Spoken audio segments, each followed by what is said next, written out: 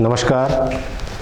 श्री कृष्णा विश्वविद्यालय छतरपुर के digital learning classes में आप सभी का स्वागत है। आज हम जानेंगे basics of outcome based education और outcome based learning. Outcome based learning NAAC के करिकुलर एस्पेक्ट्स में एक महत्वपूर्ण पॉइंट है और यह 20 मार्क्स का है। इसलिए यदि हम अच्छे से आउटकम बेस्ड लर्निंग और आउटकम बेस्ड सिलेबस को डिज़ाइन करना सीख जाते हैं तो नेक एक्रेडिटेशन के दौरान हमारे 20 मार्क्स पक्के हो जाते हैं। So this is disclaimer. So all the contents here used, there are some images which we have taken through the Google directly and we do not claim any exclusive right on those figures. They are only for the explaining and for the educational purpose here.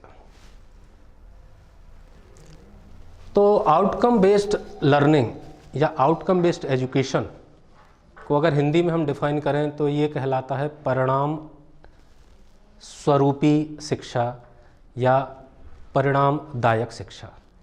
यानी हम जो कुछ भी syllabus में पढ़ाने जा रहे हैं उसके बाद विद्यार्थी के मस्तिष्क पर, विद्यार्थी की पर्सनैलिटी पर वह क्या परिणाम देने वाली है, अगर ये पूर्व से निर्धारित होगा तो वह आउटकम बेस्ड एजुकेशन या आउटकम बेस्ड लर्निंग कहलाएगी। उदाहरण के तौर पर मानिएगा कि हम किचन में जाते हैं और किसी कुक को हम बोलते हैं कि हमें भूख लगी है, कुछ बना दीजिए। तो कुक के पास कोई भी आउटकम बेस्ड टारगेट नहीं है, उसे नहीं पता कि क्या बनाना है। मान लीजिए दोपहर का वक्त है और आपके खाने का वक्त है, चूँकि आपने उसे किसी भी प्रकार से आउटकम बेस्ड या परिणाम संबंधी वो हिंट या वो लाइन नहीं प्रदान की है तो वह कुछ ही बना सकता है। जब उसे ये पता ही नहीं है कि पोहा बनाना है कि सब्जी बनाना है तो क्या बनाएगा, उसका कोई लक्ष्य नहीं है। दूसरी तरफ यदि आप उससे ये बोलते हैं कि मटर पनीर बना दीजिए तो हाँ, अब आपने उसे एक आउटकम बेस्ड टारगेट दे दिया, तो वह मटर पनीर को बनाने के लिए जो आवश्यक इंग्रेडिएंट हैं वह किचन से उठा लेगा। तो इस फिगर में आप देखेंगे कि जब आपने डिसाइड कर लिया कि आपको मटर पनीर बनाना है तो आप ऑटोमेटिकली उसके इंग्रेडिएंट्स को डिफ़ाइन कर लेते हैं कि यहाँ पर आपको ग्रीन पीस लगेंगे, पनीर लगेगा, अनियन लगेगा, टोमेटो लगेगा, turmeric powder, salts, garlic etcetera लगेगा। So this is very effective. इसी तरह से अगर आप सिलेबस को डिज़ाइन करने के पहले आप ये पता कर लेते हैं कि इसको पढ़ाने से हमें बच्चे के पर्सनैलिटी में, बच्चे के इंटेलेक्चुअल में हमें क्या क्या एडिशन अपन को ऐड करना है, अगर ये पहले से डिफाइन हो जाता है तो आप आसानी से और अच्छे से सिलेबस को डिज़ाइन कर सकते हैं। So this is the power of outcome based education और outcome based learning. So today's agenda for this presentation is that we first of all understand about the Bloom taxonomy, then the outcome based education, what are the terminologies which are used in outcome based education or outcome based learning, and then we will also learn that how we can map the program outcome, program specific outcome with the course outcome. So सबसे पहले हम बात करते हैं यहाँ पर Bloom taxonomy की। सो एक अमेरिकन साइकोलॉजिस्ट थे बेंजामिन ब्लूम, और बेंजामिन ब्लूम ने एजुकेशन और लर्निंग को बहुत अच्छे तरीके से समझा और उन्होंने ये पाया कि किसी भी स्टूडेंट की परफेक्ट लर्निंग, जिसे वो मास्टरी लर्निंग कहते थे, उसको प्राप्त करने के लिए उस पर्टिकुलर सब्जेक्ट के सारे एस्पेक्ट्स जो हैं वह स्टूडेंट्स के सामने कवर होने चाहिए। जब उन्होंने इस चीज़ को समझा तो उन्होंने 6 ऐसे क्राइटेरिया या ऐसे टैक्सोनॉमिकल लेवल को बनाया जिन लेवल पे बच्चे को उस पर्टिकुलर सब्जेक्ट को पढ़ाया जाना चाहिए या समझाया जाना चाहिए। अगर आप एक ही लेवल की तरफ कंसंट्रेट करते हैं तो बच्चे का एक ही प्रकार का डेवलपमेंट होता है। So this is very important Bloom taxonomy, और ये आउटकम बेस्ड सिलेबस के डिज़ाइन करने में बहुत महत्व रखता है। So taxonomy, what is taxonomy? So Bloom taxonomy is the hierarchical level or the classification system which is used to define the different levels of human cognition, attitude and psychomotor activity. It means जब आप किसी बच्चे को पढ़ाते हैं तो सबसे पहले जब आप उसको पढ़ाते हैं तो जो भी टर्म्स हैं या जो भी चीज़ें हैं जो उस विशेष शिक्षा के लिए यूज़ होनी चाहिए, सबसे पहले उसको उस से संबंधित सारी टर्म्स को याद होना चाहिए। यानी सबसे पहली चीज़ जो आपको स्टार्ट करनी चाहिए वो रिमेंबरिंग से करनी चाहिए या मेमोराइजिंग से करना चाहिए। यानी सबसे पहले वो टेक्निकल टर्म्स और जो चीज़ें उसमें प्रयोग होने वाली हैं उन सब के बारे में उसकी जानकारी उसको होना चाहिए। So this is the intellectual property for the students which comes under the cognition. Second one is attitude, यानी जब आप बच्चा उसको जान लेता है, समझ लेता है, फिर वह इसको आगे अप्लाई करने के लिए बढ़ता है कि मैं इसको कैसे आगे अपने जीवन में अप्लाई करूँगा। तो एक एटीट्यूड, एक उसकी वैल्यूज़ डेवलप होनी चाहिए उस पर्टिकुलर सब्जेक्ट या उस पर्टिकुलर स्पेशलाइजेशन के प्रति।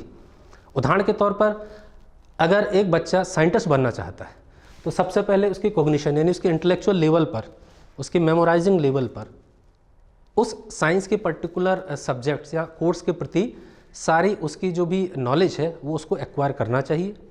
दूसरे स्तर पर उसका एक साइंटिफिक एटीट्यूड डेवलप होना चाहिए, वो वैल्यूज़ में डेवलप होना चाहिए। और तीसरा आता है साइकोमोटर। तो साइकोमोटर का ये अभिप्राय यहाँ पर है कि जो भी उसका कोऑर्डिनेशन है, फिजिकल कोऑर्डिनेशन और जो भी उसकी मूवमेंट एक्टिविटी है वो सब आप उसी एटीट्यूड से रिलेटेड होना चाहिए। यानी कि उसका पूरा जो शरीर है वह उस पर्टिकुलर सब्जेक्ट स्पेशलाइजेशन या उस पर्टिकुलर कोर्स के प्रति डिवोटेड होता है। So this is in short the overall development of the student regarding that particular subject, particular program which he is doing. So we can also say that Bloom's classification, it's the way of thinking and learning objectives from the lower order to the more difficult level. मैं आगे इसको अभी discuss करूँगा कि lower level से difficult level की तरफ blooms taxonomy कैसे प्रोसीड करती है। सो जो ब्लूम्स के लेवल होंगे उस ब्लूम्स के लेवल को अपन एक डेफिनेट वर्ब्स के थ्रू स्टडी करेंगे। जैसे कि मान लीजिए कि पहला जो लेवल है जो बच्चे को आना चाहिए किसी भी सब्जेक्ट या कोर्स में, वह है रिमेंबरिंग, यानी उसको याद होना चाहिए। तो याद होने के लिए कई ऐसी वर्ब्स हैं, कई ऐसी क्रियाएं हैं जिनको वो करता है तो उस लेवल को प्राप्त कर लेता है। So there are different verbs used for different levels which we will study further. So each step जो है वह स्टेप रिक्वायर करता है कि पहले आप पहला स्टेप पा लोगे तब आप उसके ऊपर वाले लेवल पे आगे बढ़ते हैं। रिमेंबरेंस जो है वह इसका सबसे छोटा लेवल है और क्रिएशन या क्रिएट करना इसका हाईएस्ट लेवल है।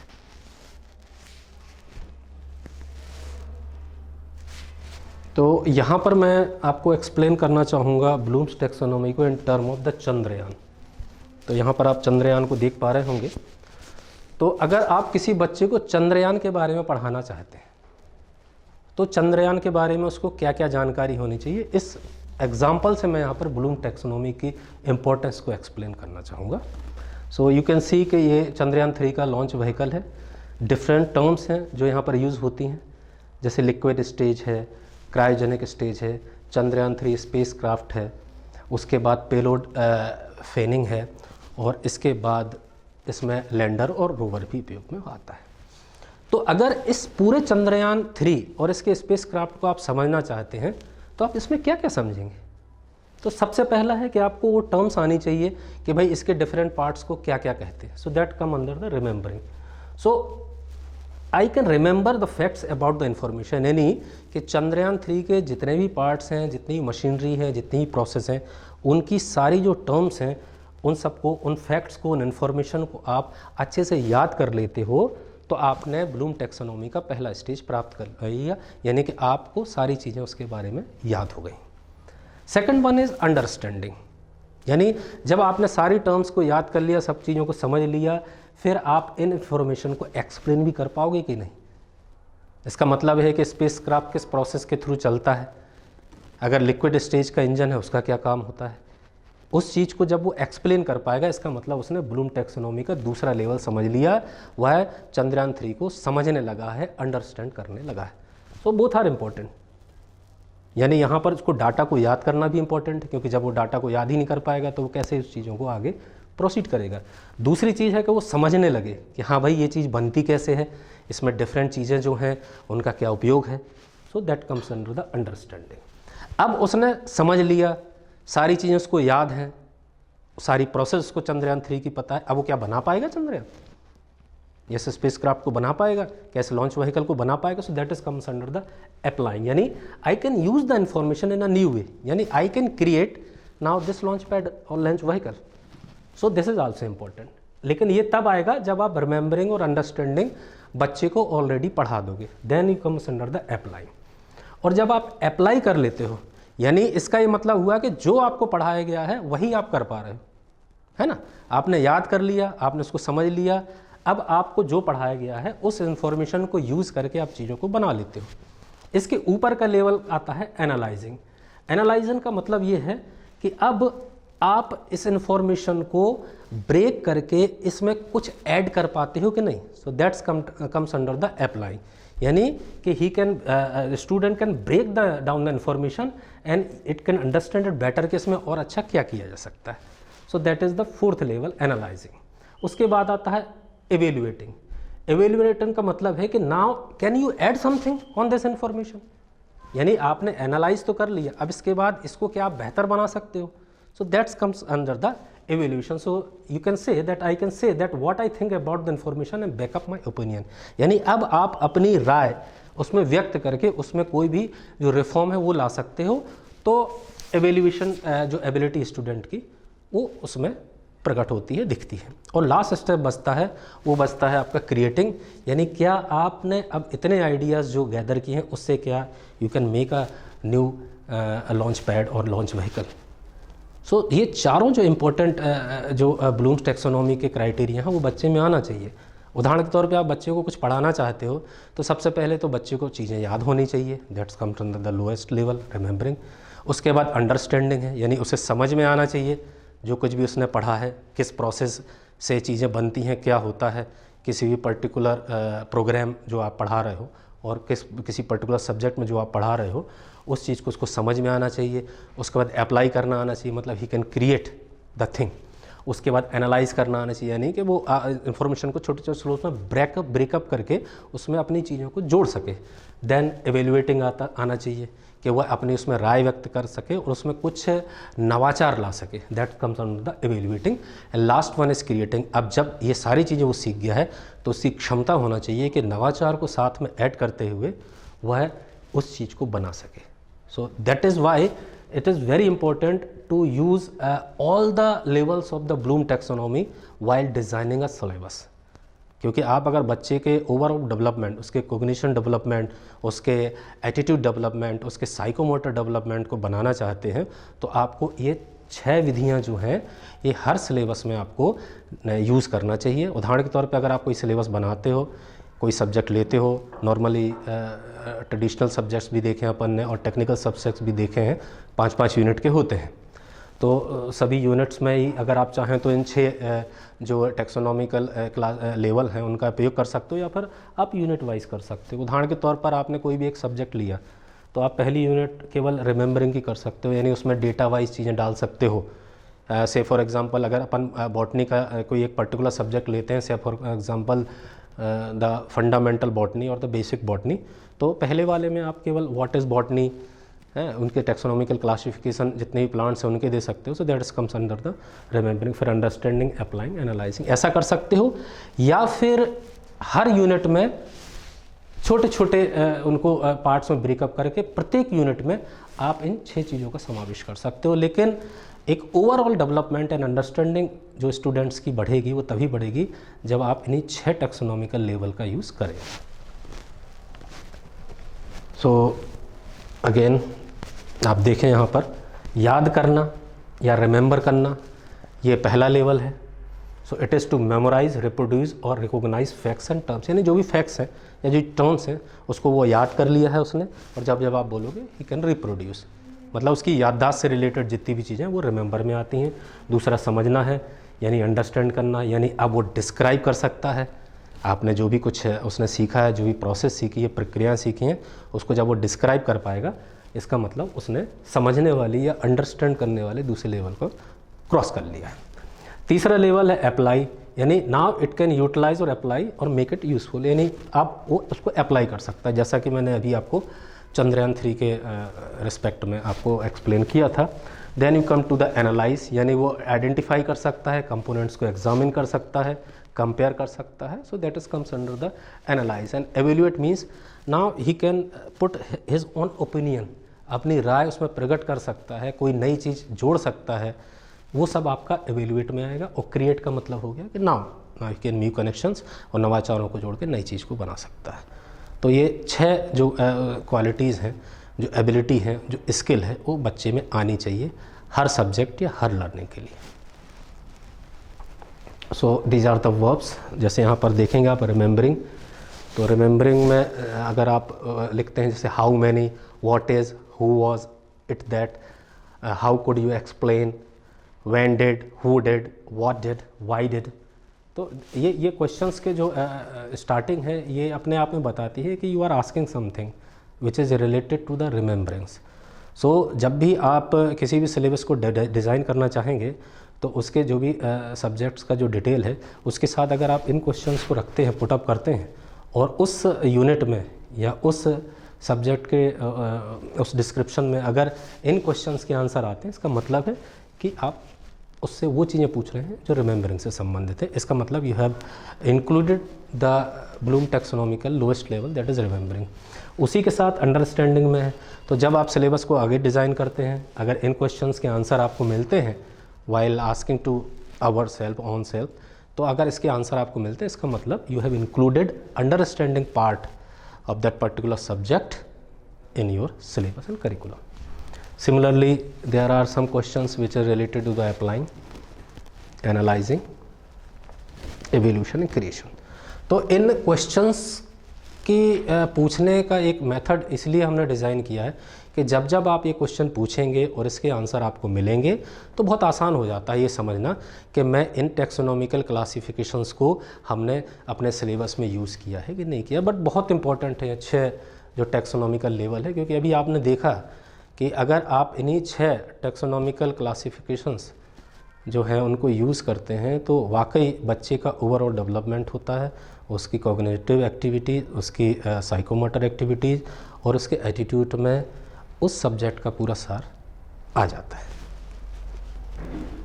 So these are also again some questions which could be asked. There are some verbs, जैसे आप पहले वाले में देखेंगे कि assemble, organise, forecast, devise, construct, plan, predict, design, imagine, ये सारे क्वेश्चंस ऐसे हैं या सारी वर्ब्स ऐसी हैं कि जिनको आप जब भी बोलेंगे तो ये हमेशा डेटा से रिलेटेड है, यानी पूछने से रिलेटेड है। इसी तरह से बाकी टैक्सोनॉमिकल क्लासिफिकेशंस में डिफरेंट टाइप्स की वर्ब्स हैं जिनको आप यूज़ करते हैं, बोलते हैं, तो ऑटोमेटिकली उस लेवल के टैक्सोनॉमिकल लेवल के आंसर उसमें आते हैं। और ये बहुत इम्पोर्टेंट और बड़ा आसान तरीका है सिलेबस को डिज़ाइन करने के समय। Now we comes to the outcome based education in detail. So outcome based education और आउटकम बेस्ड लर्निंग है क्या? सो आउटकम बेस्ड सिलेबस या आउटकम बेस्ड लर्निंग, जैसा कि मैंने आपको मटर पनीर का एग्जांपल बताया था, तो जब भी आप किसी व्यक्ति को कोई भी कोर्स कराते हैं, उदाहरण के तौर पर आप कोई ग्रेजुएशन का कोर्स किसी स्टूडेंट को कराते हो, यू एक्सपेक्ट समथिंग। उदाहरण के तौर पर अगर वो बी फार्म करके निकला है बच्चा, यू कैन एक्सपेक्ट कि हाँ उसने बी फार्मा कर लिया, मतलब दिस सेट ऑफ नॉलेज जो है वो बच्चे में होना चाहिए। या उदाहरण के तौर पर उसने बीएससी ऑनर्स किया है बॉटनी से, सो यू अगेन एक्सपेक्ट कि हाँ भाई बच्चे ने बीएससी ऑनर्स बॉटनी से कर लिया है, तो ये सेट ऑफ इंफॉर्मेशन, नॉलेज और talent should be in that particular student. So therefore output जो कहलाता है वो कहलाता है जो कौन सी उसने डिग्री हासिल की है। से फॉर एग्जांपल बी फार्म हो गया, एलएलबी हो गया, बीएलएलबी हो गया, बीएड हो गया, डीएड हो गया। तो हर डिग्री हासिल करने के बाद अगर कोई बच्चा आपसे बोलता है कि हाँ भाई मैंने बीएड किया है, so you can also assess कि हाँ भाई अगर उसने बीएड किया है तो दिस सेट ऑफ नॉलेज जो है it should be there inside the student. उदाहरण के तौर पर अगर उसने बीएड किया है मतलब हाँ वो एक अच्छा शिक्षक हो सकता है, उसने शिक्षा की सभी विधाओं को पढ़ा है, सारी सब्जेक्ट्स को पढ़ा है। अगर उसने बी फार्म किया है, हम आसानी से समझ सकते हैं कि हाँ भाई he knew everything about the medicine, कि मेडिसिन बनती कैसी हैं, कितने क्लासिफिकेशंस होते हैं, इनके असेसमेंट कैसे किया जाता है, इंडियन फार्माकोपिया में इनके एवेल्यूएशन के क्या क्या तरीके हैं, and so on. So we can say that qualification degree हासिल करते ही हम पता कर लेते हैं कि this set of knowledge and this quantity of knowledge is there inside the student, that is called as output. And what is outcome? जो आप एक्सपेक्ट करते हैं वो उसको कैसे मिलेगा बच्चे को, so that's comes under the outcome. तो output and outcome is very inter related और को रिलेटेड, क्योंकि जो आउटपुट चाहते हो वही आउटकम आप पहले से डिज़ाइन करोगे, वैसे ही सिलेबस बनाओगे, तभी तो वो आउटकम मिलेगा. So outcome is totally the competency. Competency क्या होता है? इट इज़ अ एबिलिटी और set of knowledge which should be in the student before completing the course. यानी कोर्स को कंप्लीट करने के पहले लास्ट तक उसमें एक set, particular set of knowledge जो है वो जो उसके अंदर चली जाती है उसको कॉम्पिटेंसी कहते हैं. और it is directly related to the qualification degree. यानी जो डिग्री बच्चा हासिल करेगा उसी तरह के उसके पास सेट ऑफ कॉम्पिटेंसी और एबिलिटी और the quantity and quality of knowledge होगी. So this is competency that it is defined as the ability acquired by the student to meet education demand of the society. यानी competency का मतलब है कि वह set of knowledge, वो skill, वो ability जो students पे आ जाएगी particular उस subject से related, ताकि वो जब भी society में या corporate में जाएगा तो उस subject से related जो भी career है उसको वो deserve कर सके, serve कर सके. Now terminology used in outcome based learning. तो ये टर्म्स हैं जो नॉर्मली प्रायः यूज़ होती हैं जब आप आउटकम बेस्ड सिलेबस को डिज़ाइन करते हैं, जिसमें कोर्स है, कोर्स आउटकम है, प्रोग्राम है, प्रोग्राम आउटकम है, प्रोग्राम एजुकेशन ऑब्जेक्टिव्स है, प्रोग्राम स्पेसिफिक आउटकम है, ग्रेजुएट एट्रीब्यूट्स है. तो यहाँ पर जब आप नेक के अंदर जाते हैं और आउटकम बेस्ड सिलेबस को देखते हैं तो यहाँ पर प्रोग्राम और कोर्स में थोड़ा अंतर है. हम लोग नॉर्मली क्या करते हैं कि जो बच्चा जो भी प्रोग्राम करता है उसी को अपन कोर्स बोल देते हैं. उदाहरण के तौर पे अपन पूछते हैं बेटा तुमने कौन सा कोर्स किया है, तो स्टूडेंट हमें जवाब देता है कि मैंने बीएससी का कोर्स किया है, मैंने बी फार्मा का कोर्स किया है. Here it should be made clear कि हम उसे यहाँ या इस पर्सपेक्टिव में कोर्स नहीं बोलते, वो कहलाता है programme. So programme is defined at the specialisation और discipline of a degree. It is the interconnected arrangement of courses, co-curricular and extracurricular activities to accomplish the predetermined objectives leading to the award of a degree. यानी कि programme वो है जिसमें एक set of courses होते हैं, यानी बहुत सारे कोर्सेज उसको पढ़ने पड़ते हैं. कोर्सेज यहाँ पर क्या मतलब? सब्जेक्ट्स का. तो पर्टिकुलर स्पेशलाइज सब्जेक्ट्स को पढ़ के एक सेट ऑफ नॉलेज जो प्राप्त करता है उसको बोलते हैं प्रोग्राम. तो यहाँ पर degree is related to the program, यानी आपने जो भी डिग्री की है वही आपका प्रोग्राम है. उदाहरण के तौर पे बी फार्मा एक प्रोग्राम है, डी फार्मा एक प्रोग्राम है, बीएससी एक प्रोग्राम है. They are not courses, they are program. Now come under the courses. तो कोर्सेज क्या है? कोर्स जहाँ पर अपन आसानी से समझें तो कोर्स मतलब सब्जेक्ट. तो course is defined as the theory, practical और theory cum practical subject studied in a semester. यानी पर्टिकुलर किसी सब्जेक्ट में जो भी पर्टिकुलर किसी भी कोर्स में जो आप सब्जेक्ट पढ़ते हो वही कोर्स कहलाता है. उदाहरण के तौर पर अगर आप आते हैं बी फार्मा में, तो B pharma itself is a programme.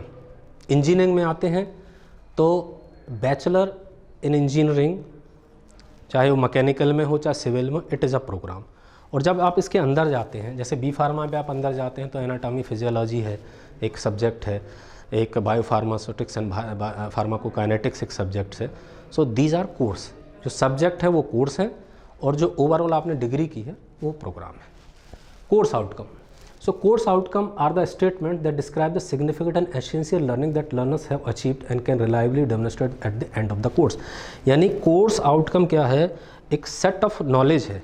जब एक पर्टिकुलर सब्जेक्ट को कोई स्टूडेंट पढ़ता है उसके बाद उसके अंदर जो सेट ऑफ नॉलेज एक्वायर होगी उसके लिए जो स्टेटमेंट्स यूज़ किए गए हैं वो कोर्स आउटकम कहलाते हैं.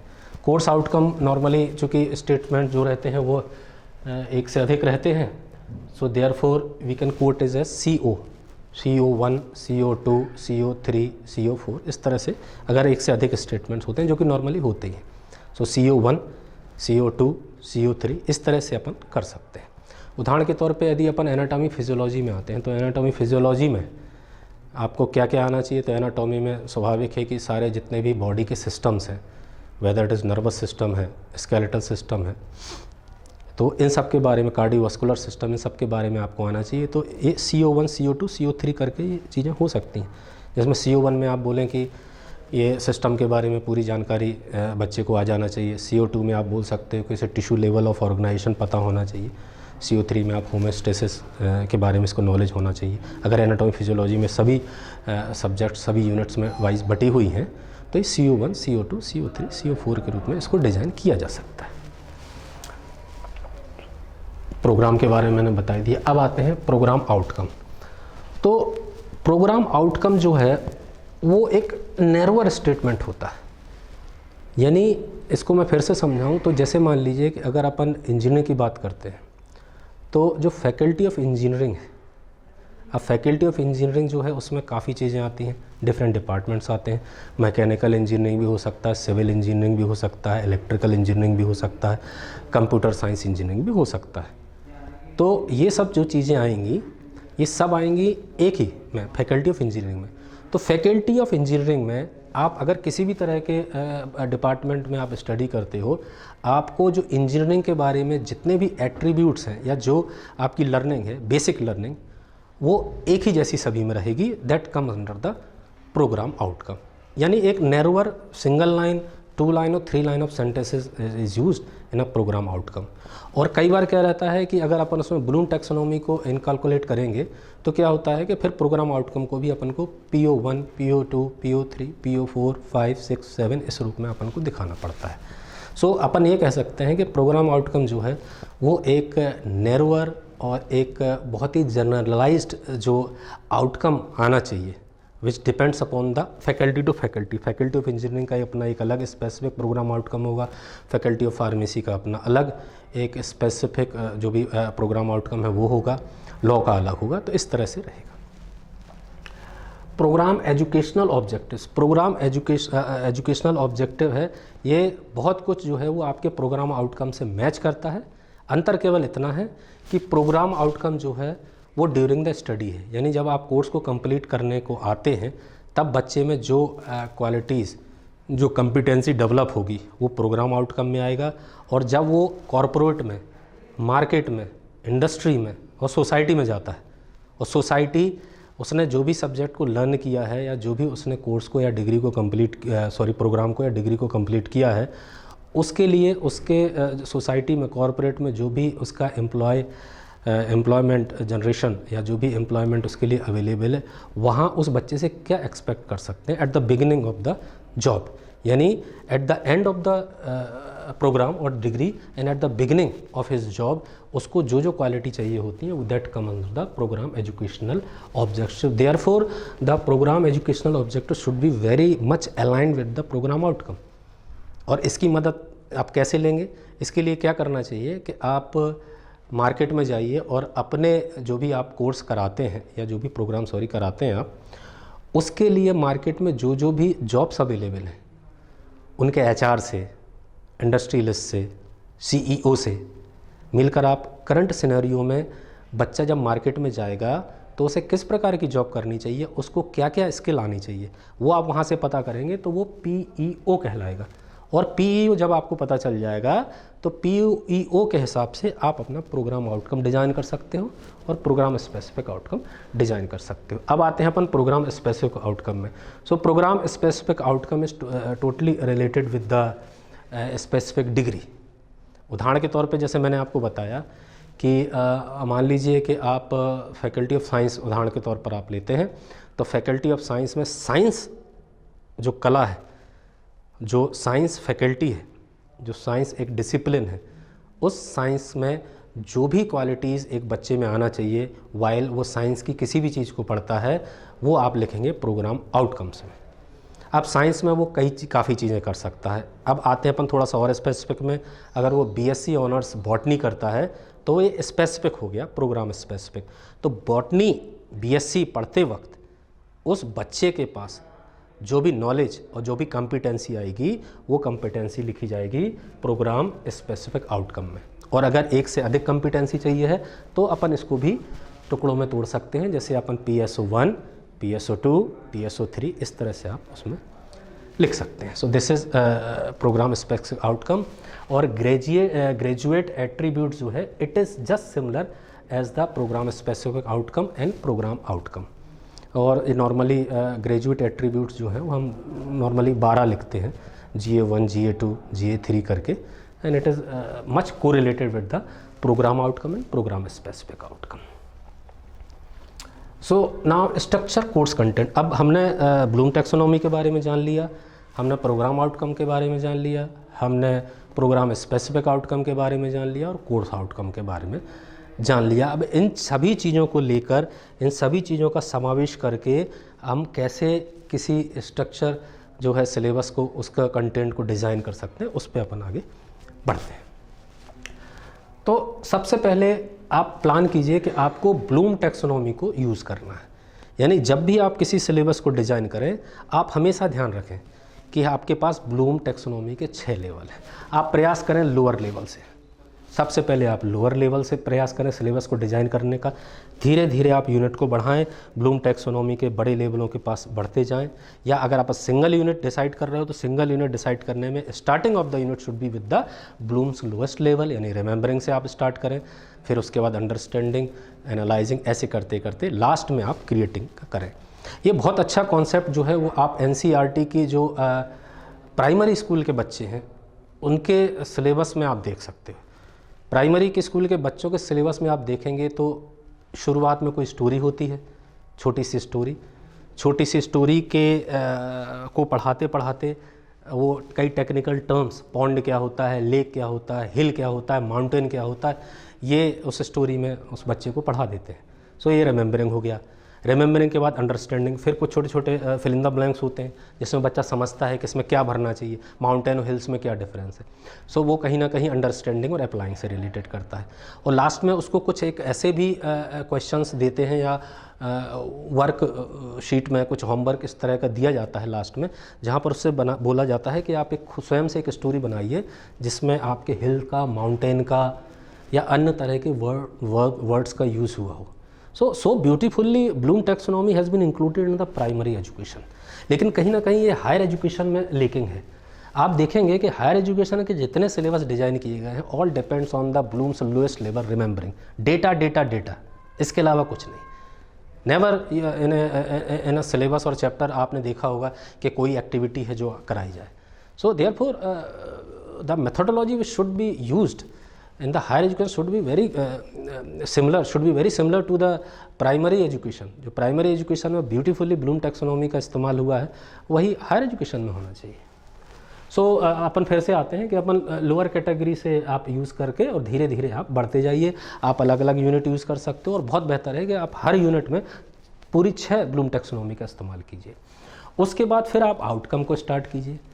यानी सबसे पहले आप समझिए कि आपके जो भी आपका फैकल्टी है उसका क्या आउटकम है।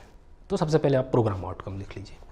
प्रोग्राम आउटकम लिखने के बाद आप जो भी स्पेसिफिक डिग्री या कोर्स कर रहे हैं उसका स्पेसिफिक आउटकम लिख लीजिए। नॉर्मली प्रोग्राम आउटकम 5 से 6 हैं तो वो लिख लीजिए। प्रोग्राम स्पेसिफिक आउटकम 3, 5 या 7 ऐसे कुछ लिख लीजिए।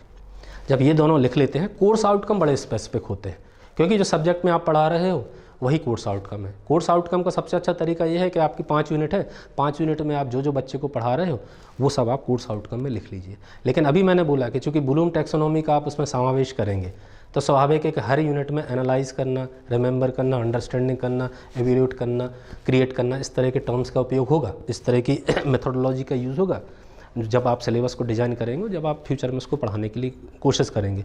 तो कहीं ना कहीं आप देखेंगे कि आउटकम में ब्लूम टैक्सोनॉमी का समावेश ऑटोमेटिकली हो जाएगा।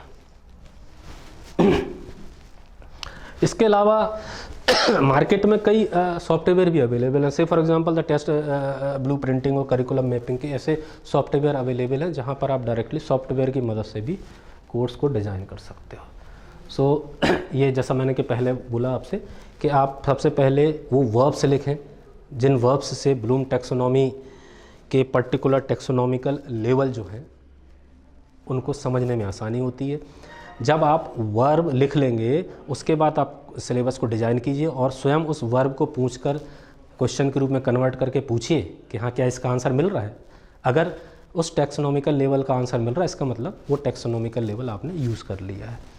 उसके बाद इस तरह से आप कोर्स कंटेंट को डिज़ाइन कर लेंगे। और जैसे उदाहरण के तौर पर ये एक उदाहरण मैंने दिया है कि एक बी फार्मेसी में डॉक्टर के प्रिस्क्रिप्शन को पढ़ाया जाता है। सो अगर आपने जब कोर्स को डिज़ाइन किया है, उस कोर्स के आंसर में आप लिखते हो कि student will be able to apply and diagnose the doctor prescription, यानी कि अगर आपने जो भी पढ़ाया है उससे बच्चे में ये कॉम्पिटेंसी डेवलप हो जाती है कि he is able to apply and diagnose, दोनों चीज़ें, वो अप्लाई कर लेता है, डायग्नोज कर लेता है डॉक्टर प्रिस्क्रिप्शन के। इसका मतलब आपने बच्चे के ब्लूम टैक्सोनॉमिकल लेवल 3 को अचीव कर लिया है। सो इसका सीधा सीधा मतलब है कि आप जो वर्ब्स यूज़ करेंगे उसका अगर आंसर आपको सिलेबस में मिल रहा है, इसका मतलब आपने ब्लूम टैक्सोनॉमी का वो लेवल प्राप्त कर लिया है। So this is very simple method to use the Bloom taxonomical level in your outcome based syllabus. Now we come to the last our stage, the program outcome, program specific outcome, course outcome mapping के mapping कैसे करेंगे। तो mapping में बहुत आसान है। सबसे पहले आपको पता होना चाहिए प्रोग्राम आउटकम कैसे बनाते हैं या क्या होगा। प्रोग्राम आउटकम आप 5 to 6 भी ले सकते हो। It is totally depends upon the faculty और the broad stream which are using. Say for example the आपका इंजीनियरिंग है, फार्मेसी है, लॉ है, ये सब प्रोग्राम आउटकम के अंदर आते हैं। अब इस प्रोग्राम आउटकम को अचीव करने के लिए क्या क्या कॉम्पिटेंसी हो सकती हैं, यानी क्या क्या सेट ऑफ नॉलेज है जो बच्चे को उस प्रोग्राम में चाहिए, ताकि उस प्रोग्राम में स्पेसिफिक प्रोग्राम में चाहिए ताकि वो प्रोग्राम आउटकम को अचीव कर पाए। उदाहरण के तौर पर अगर मान लो यहाँ साइंस है तो साइंस का अपना एक प्रोग्राम आउटकम है। अब साइंस के प्रोग्राम आउटकम में लिखने में यदि मैं ब्लूम टैक्सोनॉमी का इस्तेमाल करूँ तो साइंस क्या है, science it means it should be able to remember the terms of the science, यानी साइंस की जितनी टर्म्स हैं उस सबको उसको याद होना चाहिए। रिमेंबरिंग लिख दिया मैंने, ब्लूम टैक्सोनॉमिकल लेवल पहला हो गया। It should be able to understand all the classification, all the process related to the subject और रिलेटेड टू द प्रोग्राम। तो ये आपका आ गया अंडरस्टैंडिंग से। तो इस तरह से वर्ड्स मैं सारे यूज़ करूँगा तो मेरा प्रोग्राम आउटकम 6 के अपने प्रोग्राम आउटकम बन जाएंगे। फिर अब आप आते हैं साइंस में, अंदर आएंगे और कोई स्पेसिफिक आप सब्जेक्ट प्रोग्राम को करते हैं तो इस आउटकम को करने के लिए उस जो पर्टिकुलर सब्जेक्ट है उसमें उसको क्या क्या आना चाहिए, मैं अभी इसको आगे एक्सप्लेन करूँगा। तो उन कॉम्पिटेंसी को आप लिख सकते हो। फिर उन कॉम्पिटेंसी को प्राप्त करने के लिए क्या क्या आपके परफॉर्मेंस इंडिकेटर है, मतलब उस कॉम्पिटेंसी यानी उस सेट ऑफ नॉलेज को प्राप्त करने के लिए उसको क्या परफॉर्म करना होगा, ये आप तीसरे नंबर पे लिख दीजिए। बहुत आसानी से आपका program outcome, program specific outcome और कोर्स आउटकम आप बना सकते हो। And this is an example, यहाँ पर मैंने लिया है साइंस, यानी साइंस में उसको क्या क्या आना चाहिए, ये प्रोग्राम आउटकम हो गया। आप 6 बना लीजिए, कोशिश कीजिए कि ब्लूम टैक्सोनॉमी के सारे लेवल इसमें इस्तेमाल हो जाएं। उसके बाद आप साइंस के अंदर आप अगर बीएससी ऑनर्स बॉटनी करते हैं तो बीएससी बॉटनी ऑनर्स को करते समय यहाँ पर अपन ने लिखा कि he it should be able to remember all the terms of science. ये है आपका PO1। और यहाँ पर आपने PSO1 में लिखा, बॉटनी में आ गया तो बॉटनी में क्या क्या टर्म्स हैं तो आप लिखेंगे कि it should be able to learn all the botanical taxonomical classification, all the botanical terms, और थोड़ा सा आप स्पेसिफिक करेंगे तो आपका देखेंगे कि आपका जो प्रोग्राम आउटकम है ना कि साइंस की सारी टर्म्स उसको आ जानी चाहिए। और यहाँ आप क्या बोल रहे हो कि बोटेनिकल और बॉटनी से रिलेटेड सारी टर्म्स आनी चाहिए, दोनों बोथ आर को रिलेटेड। यहाँ आपने बोला था कि साइंस की टर्म्स आनी चाहिए, साइंस के अंदर डीपली आप गए बॉटनी पे और यहाँ बोल रहे हैं आपके बॉटनी की सारी टर्म्स उसको आनी चाहिए। So therefore the PO1 is totally co related to the programme specific outcome 1, है ना। सो दिस इज 100% को रिलेशन। सो कॉम्पिटेंसी आपने देखी तो कॉम्पिटेंसी को आपने इससे कोरिलेट कर दिया। अब आप आते हैं परफॉर्मेंस इंडिकेटर में। तो यहाँ पर मान लीजिए कि programme specific outcome BSc botany honours में मान लीजिए 3 सब्जेक्ट हैं, basic botany, applied botany, plant anatomy and embryology.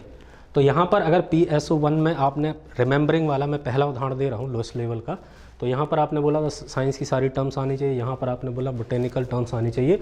तो यहाँ बेसिक बॉटनी में आप क्या बोलोगे, अब ये स्पेसिफिक हो जाएगा। उदाहरण के तौर पे define algae, define fungi, define bryophytes, define pteridophytes. तो ये जितनी टर्म्स होंगी जो CO1, CO2 और CO3 में आएंगी, ये बेसिकली अबाउट द रिमेंबरिंग। तो देखेंगे आप कि साइंस में जो टर्म्स रिमेंबरेंस की थी वो बॉटनी से आके डायरेक्टली जो है वो स्पेसिफिक हो जाती हैं कोर्स आउटकम में। एंड बोथ ऑल 3 आर को related. So this is how you can design. अब ऐसे रिमेंबरिंग का करिए, ऐसे अंडरस्टैंडिंग कीजिए, ऐसे ही आप 6 लेवल का करेंगे। सो ब्लूम टैक्सोनॉमी भी इसमें इन्वॉल्व हो जाएगी और साथ में आपके सारे आउटकम भी डिज़ाइन हो जाएंगे। सो दिस इज़ द एग्जाम्पल कि आप इसका मैपिंग कैसे करेंगे, कोरिलेशन कैसे करेंगे। तो इसमें क्या होता है कि अगर 100% कोरिलेटेड है फ्रॉम द 60 to 100%, तो हम उसमें 3 नंबर दे देंगे। 40 से 60% अगर कोरिलेटेड, मॉडरेट कोरिलेटेड, 2 नंबर दे देंगे। 1 से 5% यानी 40% से कम कोरिलेटेड है तो अपन उसमें लो साइड में कर देंगे, मतलब 1 नंबर दे देंगे। और 0 नंबर मतलब कोई कोरिलेशन नहीं। उसके बाद एक तरफ अपन प्रोग्राम कोर्स आउटकम लिखते हैं। कोर्स मतलब सब्जेक्ट के आउटकम। जैसे अगर बॉटनी का उदाहरण लें तो बॉटनी में अपन ने मान लीजिए कि बेसिक बॉटनी ले लिया या अपन ने अप्लाइड बॉटनी लिया, तो applied botany is course outcome.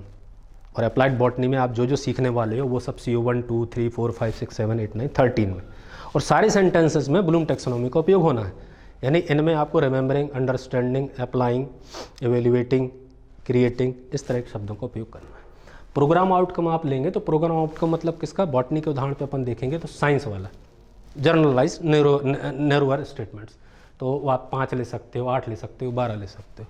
Program specific outcome में आप जाओगे तो ये BSc ऑनर्स बॉटनी से रिलेटेड जो भी आउटकम्स हैं वो आप 1, 2, 3 में ले सकते हो। उसके बाद अगर पूरी तरह से कोरिलेटेड है तो आप 3 मार्क्स दे सकते हो, है ना। मॉडरेट कोरिलेटेड है तो आप 2 मार्क्स ले सकते हो। बिल्कुल लेस कोरिलेटेड है तो आप 1 मार्क्स दे सकते हो। नो कोरिलेशन तो आप 0 नंबर दे सकते हो। 3 में 3 कोरिलेशन का उदाहरण जैसे मैंने आपको दिया था कि अगर आप लिखते हो कि it should be able to remember all the terms of science, और आप कोर्स में सीधे सीधे आप उससे डिफाइन टेरिडोफाइट, है ना, explain the fungi, what is algae, so ऐसे तरह के क्वेश्चन आप पूछेंगे तो आप जो क्वेश्चन पूछ रहे हो प्रोग्राम आउटकम के जो टर्म्स को एक्सप्लेनेशन वाला, रिमेम्बरेंस वाला पार्ट है वो पूरा का पूरा आप कर रहे हो। So you will give the 3 marks. So this is how you will map the things. और उसके बाद आप नीचे एवरेज ले सकते हो। अब इसलिए मैपिंग ज़रूरी है क्योंकि कई बार ऐसा होता है कि कुछ ऐसे सब्जेक्ट्स होते हैं, से फॉर एग्जांपल वो ब्लूम के टैक्सोनॉमी के पूरे 6 जो लेवल हैं उनको प्राप्त नहीं कर सकते। से फॉर एग्जांपल अगर कोई सब्जेक्ट ऐसा है जो डेटा ही डेटा से डिपेंड करता है, केवल उसमें रिमेम्बरेंस वाली, डेटा वाली चीज़ें हैं, तो स्वाभाविक है कि वो एक आउटकम को तो पूरा कर लेगा प्रोग्राम के, लेकिन दूसरे आउटकम को नहीं कर पाएगा। सो हेयर अगर वो नहीं कवर करता है तो फिर आपको वहाँ पर 0 कोरिलेशन दिखाना पड़ेगा। तो ऐसा भी होता है। तो इस स्थिति में आपको क्या करना चाहिए कि आपको सब्जेक्ट को इस तरह से डिज़ाइन करना चाहिए कि ओवरऑल सभी सब्जेक्ट्स को मिला के आपका टोटल आउटकम जरूर पूरा हो जाए। ये एक फार्मेसी का उदाहरण है। प्रोग्राम आउटकम मतलब फार्मेसी में क्या क्या आना चाहिए, फार्मेसी की नॉलेज आपको पता होनी चाहिए, आपकी एबिलिटी प्लानिंग की अच्छी होनी चाहिए, मॉडर्न टूल्स जो है उनका प्रयोग करने आना चाहिए आपको, प्रोफेशनल आइडेंटिटी आपकी बननी चाहिए which is related to the attitude, pharmaceutical ethical आपके अंदर एक चीज़ होनी चाहिए this is also related to the attitude. उसके बाद प्रोग्राम स्पेसिफिक आउटकम। सो आप देखेंगे कि अब प्रोग्राम स्पेसिफिक आउटकम मतलब अब ये तो फार्मेसी का हो गया, अब ये बी फार्म का हो गया। तो बी फार्म में भी आप देखोगे तो अपन ने 4 यहाँ पे प्रोग्राम आउटकम का यूज़ किया है। और अगर आप इसकी टर्म्स को देखेंगे so that is build graduate to excellent technical professional career, analyse terms का उपयोग किया है, लर्न, सेलेक्ट, अप्लाई का यूज़ किया, ऑपरेट का किया है, डिज़ाइन जो आएगा वो आपका क्रिएट से आ जाएगा related. So all the Bloom's taxonomical levels we have used and also we have used and PSO is correlated with the programme outcome. अब ये आते हैं कोर्स आउटकम। तो अपन ने एक सब्जेक्ट उठाया बायोफार्मास्यूटिक्स एंड फार्माकोकाइनेटिक्स। सो इसमें लिखा है कि after successful completion of the course the student would be able to. तो अब बायोफार्मास्यूटिक्स और फार्माकोकाइनेटिक्स को पढ़ाने के बाद आपको मान लीजिए कि 5 चीज़ें आ जाती हैं। तो यहाँ आप देखेंगे कि describe the basic concept in pharmaceutics, biopharmaceutics and its importance in dosage form design. यहाँ understanding Bloom taxonomical level 2 use हो गया, यहाँ 3 यूज़ हो गया, यहाँ 3 हो गया, यहाँ 1 हो गया, यहाँ 3 हो गया। तो जब आप प्रोग्राम आउटकम से इसकी मैपिंग करोगे तो आप इसमें L2, L3, L1, सो L1, L2, L3 के 3 आउट ऑफ 3 जो है वो आपने मैपिंग कर ली है बायोफार्मास्यूटिक्स और फार्माकोकाइनेटिक्स से। क्रिएटिंग इसमें एब्सेंट है, क्रिएटिंग आप किसी और सब्जेक्ट में कर सकते हो। So this is overall, this is program outcome, these are program specific outcome. और प्रोग्राम स्पेसिफिक आउटकम और कोर्स आउटकम में कोरिलेशन। इस तरह से आप course outcome, program specific outcome को मैपिंग कर सकते हो। दिस इज़ अनदर एग्जांपल, यहाँ पर कोर्स आउटकम 5 है, प्रोग्राम आउटकम आपके अराउंड 10 है, और program specific outcome 3। Now while designing the outcome based syllabus, मैंने ये देखा है कि कहीं ना कहीं सारी यूनिवर्सिटीज़ जो हैं वो कहीं ना कहीं प्रोसेस और टाइम बाउंड नहीं होती, जिससे आउटकम बेस्ड सिलेबस को डिज़ाइन करने में एक समस्या जाती है। तो मैंने एक रफ़ एक टाइमलाइन बनाया है। तो सबसे पहले अगर आपके यहाँ पर यूनिवर्सिटीज़ में अलग अलग सिस्टम हो सकते हैं, most favourable system is that कि DR एकेडमिक है या डीन एकेडमिक जो यूनिवर्सिटीज़ के हैं, वो सबसे पहले ड्राफ्ट प्रिपेयर करा सकते हैं कंसर्न डिपार्टमेंट से, और कंसर्न डिपार्टमेंट जो है वो ड्राफ्ट जो है वो DR एकेडमिक को या डीन एकेडमिक को जमा कर सकता है। उसके बाद अगर उसमें कोई कमी है, draft will be resent to the department for revision, यहाँ पर रिवाइज़ होगा। रिवाइज़ के बाद फाइनल ड्राफ्ट का सबमिट कर सकते हैं। फाइनल ड्राफ्ट सबमिट करने के बाद जो भी कंसर्न ऑनरेबल वाइस चांसलर हैं उनको भी दिखा सकते हैं अप्रूवल के लिए। अगर वो अप्रूव करते हैं तो आपका फाइनल ड्राफ्ट सबमिट आप कर लीजिए। अगर वो रिवाइज़ के लिए पुनः भेजते हैं तो डिपार्टमेंट उसको वापस ले सकता है। तो इस तरह से एकेडमिक्स को और वाइस चांसलर को साथ में लेने से और रिफ़ाइन हो जाता है हमारा आउटकम बेस्ड सिलेबस डिज़ाइन। और जब ये फाइनली ड्राफ्ट आपका अप्रूव हो जाता है, फिर आप इसको जो भी आपकी अपकमिंग बोर्ड ऑफ स्टडीज़ है उसमें आप इसे पुट अप करके, और जो भी इसमें रिफॉर्म्स आगे आवश्यकता है विच can be some suggestion could also be given by the external experts that are included in the board of studies, तो उनको आप इंक्लूड करके फिर आप फाइनल इसको कर सकते हो। और बहुत इम्पोर्टेंट है कि जब आप अपने बोर्ड ऑफ स्टडीज़ को कराते हैं तो आप कुछ मेंबर एज ए इनवाइटी चाहे इंक्लूड करें, कोऑप्टेड करें, कि कुछ ऐसे मेंबर भी होने चाहिए that are directly concern to the programme educational objectives. इसका मतलब वो किसी न किसी कॉरपोरेट से, किसी इंडस्ट्री से, सोसाइटी से डायरेक्ट कोरिलेटेड होते हैं। बच्चा जब अपने कोर्स को करके बाहर जाने वाला होता है और वो जिस जॉब के लिए अपने आप को तैयार करने वाला है, उस जॉब से रिलेटेड जो भी मेंबर्स होंगे, HR होंगे, उनको आप बुलाइए और बोर्ड ऑफ स्टडी में आप उसको बाकायदा बैठाइए। तो क्या है, वो बताएगा कि करंट सिनेरियो में जब बच्चा जॉब के लिए सोसाइटी में आगे जाएगा तो उसके पास क्या क्या कॉम्पिटेंसी होनी चाहिए, क्या क्या क्वालिटीज़, क्या क्या सेट ऑफ नॉलेज होना चाहिए। तो वहाँ से आप प्राप्त कर सकते हो कि हाँ भाई चीज़ें बदल गई हैं और अब एक this particular set of knowledge is required. Accordingly आप प्रोग्राम एजुकेशनल ऑब्जेक्टिव्स को प्राप्त करके फिर आप अपना program outcome, program specific outcome design कर सकते हो। और similarly you can also change the course outcome. तो क्या होगा कि आपका जो भी सब्जेक्ट होगा, जो भी सिलेबस होगा, वो करंट जो कॉरपोरेट की या करंट सोसाइटी की डिमांड है उसके द्वारा और उसके मदद से बना हुआ होगा, और साथ में वह ज़्यादा एम्प्लॉयबिलिटी को प्रदान करने वाला होगा। सो यही मैं अपना लेक्चर समाप्त करता हूँ। बहुत बहुत धन्यवाद। नमस्कार।